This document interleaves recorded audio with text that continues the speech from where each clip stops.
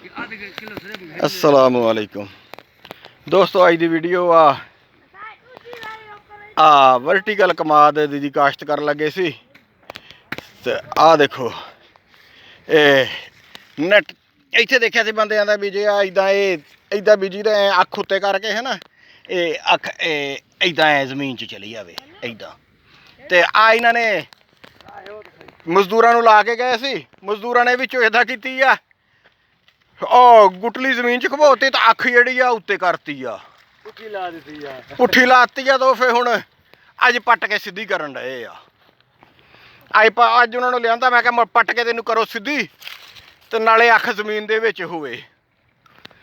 ते वो तजर्बा पहली बारी कर लगे सी, उन्होंने अगे कदी इदा बीजिया नहीं सीगा।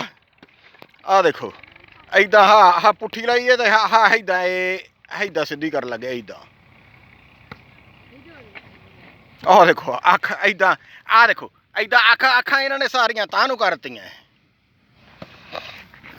बोलो पक्के थां दे बन्ने दे लिया कमाद बन्ने दे खूब से बन्ने दे। ते वर्टिकल काश्त इस तरह दी होर वीडियो देखने लई सारे दोस्त मेरे चैनल को सबसक्राइब कर लियो, नाल घंटी वाले बटन भी नप दिओ। जज़ाकुमुल्लाह खैर।